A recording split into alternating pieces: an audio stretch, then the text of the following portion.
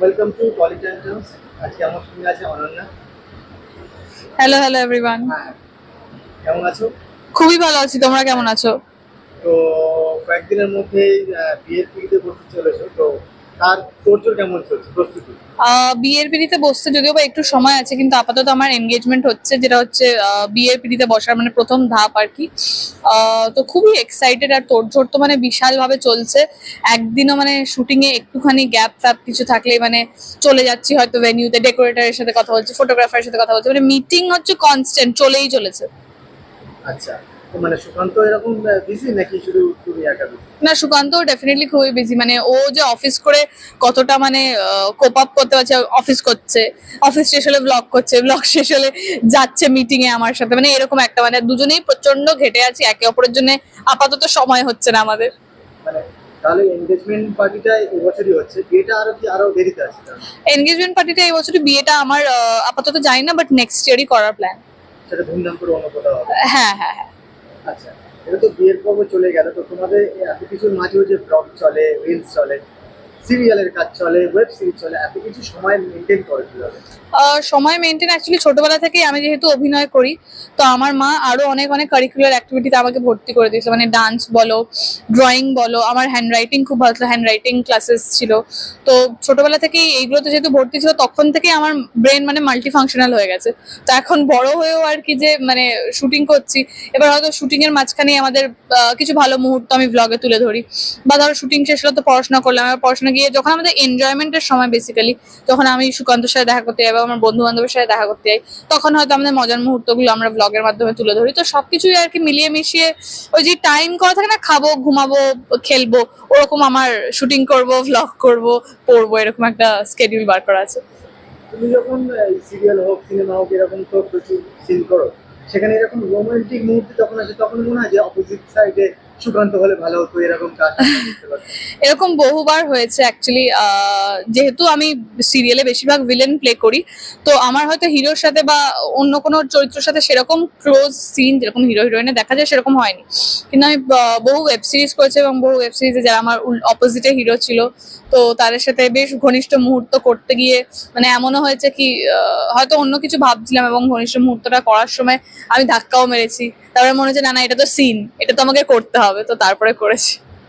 আচ্ছা, তো তোমাদের তো রিলস অবশ্যই সবাই দেখে, মানে তোমাদের আমরা দেখে অভ্যস্ত, রোমান্টিক সব রকম থাকে।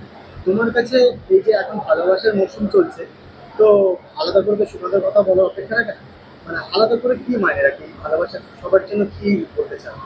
অ্যাকচুয়ালি আমাদের হচ্ছে গোটা বছরটাই ভালোবাসা দিবস হিসাবে আমরা গোটা বছরটাকেই পালন করি, মানে প্রত্যেক দিনই is a Valentine's day to us. কিন্তু এই সময়টা আমাদের যেটা সব থেকে বেশি মনে ধরে, এবং এই ইয়ার স্পেশালি, সেটা হচ্ছে একসাথে দুজন জনকে ধরে রাখা বা দুজন জনের থেকে যাওয়া। সেটা অ্যাকচুয়ালি খুব ম্যাটার করে, কারণ ভ্যালেন্টাইন্স ডে এর এই সময়টা আমরা যখনই এত এত কাপলকে হয়তো আগের বছর দেখেছিলাম প্রেম করে, এই বছর হয়তো তাদের ব্রেকআপ হয়ে গেছে, তো এইটাই আমরা একে অপরকে বলি কি আমরা কিন্তু মানে চেষ্টা করবো ওইদিকে না যাওয়ার।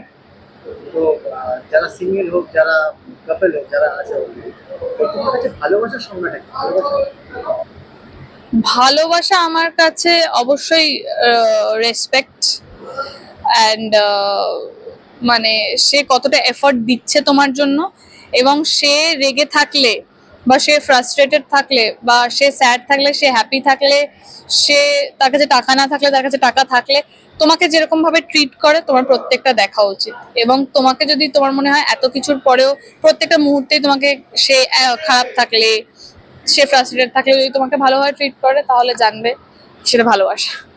আর একটা বন্ধুত্বের সংজ্ঞা? বন্ধুত্ব আমার কাছে হচ্ছে একে অপরের লেগ পুল করা, নিজের বন্ধুর সামনে নিজের বন্ধুকে গালাগালি দেওয়া, কিন্তু পেছনে নিজের বন্ধুর ব্যাপারে ভালো কথা বলা, আর অফকোর্স অ্যাগেন রেসপেক্ট। বন্ধুত্বের জায়গায় মনে পড়লো, তোমার বাবা মায়ের সাথে তোমাদের যে ব্লগগুলো দেখি, সেখানেও তোমার বাবা মা খুব ভালো বন্ধু তোমাদের। হ্যাঁ, ইনফ্যাক্ট আমার বাবা মার সাথে আমার এতটাই ভালো সম্পর্ক, এবং ছোটবেলা থেকে আমি আমার মা বাবাকে তুই তুকারি করেই ডাকি, মানে এরকমই। আমার মা বাবা কোনোদিনও বুঝতে দেয়নি কি তারা আমার মা বাবা, মানে এখনো আমি মা বাবার সামনে সে আমার কোনো বন্ধুর সাথে ঝগড়া হোক বা সুকান্তর সাথে ঝগড়া হোক, সবটাই শেয়ার করতে পারি। তো তোমার আগামী দিনে যে কাজগুলো চলতে আসছে চলছে মানে কথা চলছে সেই কাজগুলো যদি একটু শেয়ার করো তোমার চ্যানেলের সাথে।